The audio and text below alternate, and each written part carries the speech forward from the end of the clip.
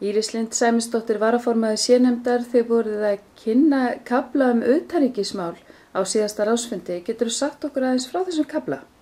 Já, við í nefnd sem vorum að gera tillögur kafla, sérstaklega helgaðan utanríkismálum í stjórnarskránni. Og það var svona mat okkar að þessi málaflokkur væri það mikilvægur að sérstaklega væri kveðið á hann í stjórnarskránni og festar í sessi svona ákveðna meginreglur sem gilda meðferð utanríkismála. Svona það sem við vorum einkum að hugsa var að svona útfæra nánar þær reglur sem nú þegar eru í stjórnarskránni, sem eru nú reyndar mjög fáar. Það nú bara skrifuð regla í núverandi stjórnarskrá, 21. greinin. En að auki gilda óskráðar reglur ýmsa þætti og við svona vorum að leitast að festa í sessi svona og afmarka nánar allavega þær reglur sem eru óskrifaðar. Og svo vorum við svona festa í sessi svolítið aðkoma Alþingis að mótun utanríkisstefnunnar og þáttöku í henni og að svona leitast að festa í sessi líka það sko að ráðherrar fari með meðferð utanríkismála í umboði Alþingis. Hvað með þegar að gerðir eru samningar við önnur ríki sem felur sér einhvers konar framsal? Hvernig eru slíkar tillögur hjá ykkur? Sko eins og stjórnarskráin í dag þá eitt ákvæði bara samningagerð við erlend ríki og sú grein bara mjög einföld og felur í sér bara það að leita skuli samþykkis Alþingis í tilteknum fyrirfram ákveðnum tilvikum.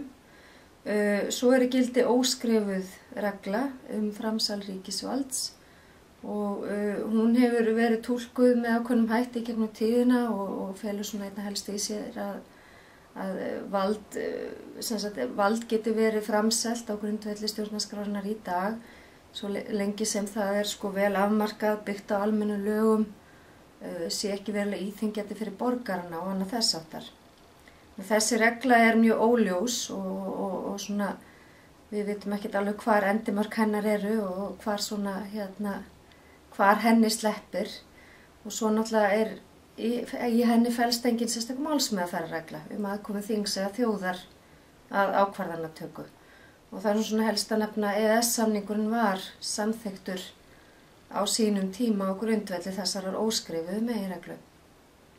Það sem við erum að leggja til að þessi regla verði svolítið niðurnjörfuð í stjórnarskrá og að í stjórnarskránu verði tekið á því að heimilt sé að gera samninga við erlend ríki sem feli sér framsal ríkisvalds en þó að uppfylltum tilteknum skilyrðum og það þá til dæmis að framselt sé vald til stofnunar sem Ísland á aðild á grundvelli friðar og efnahagssamvinnu og þá erum við svona helst að líta til þeirra markmiða sem að kannski þjóðfundur lagði mesta áherslu á að væri svona höfði í heiðri við mótun og svona störf okkar á alþjóðavettvangi.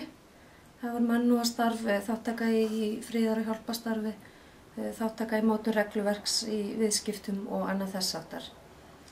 Þannig að þetta var svona fyrsta sem við leggjum til. Svo leggjum við til auðvitað þessa grundvallarreglu að framselt vald sé ávallt afturkræft. Ef ákvörðun hefur einu sinni verið tekin að framselja vald þá felist það bara í fullveldi þjóðarinnar að hægt sé að afturkrefja það og taka tilbaka.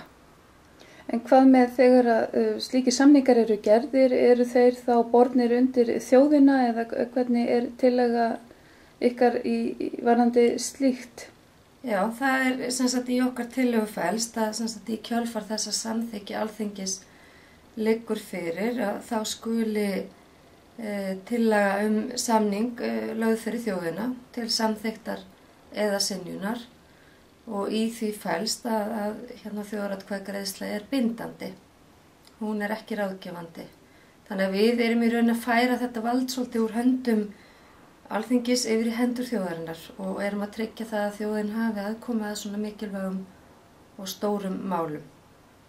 Þannig að það svona okkar, þetta svona í prinsippatriðum okkar tillaga og ég lít sem svo á að við séum í rauninni að styrkja í rauninni vald þjóðarinnar í þessum efnum frekar en hitt. Enda sé það ávallt skilyrt að þjóðin skuli taka þátt í ákvarðanatökunni með þessum hætti, með þjóðaratkvæðagreiðslu þátttöku sinni.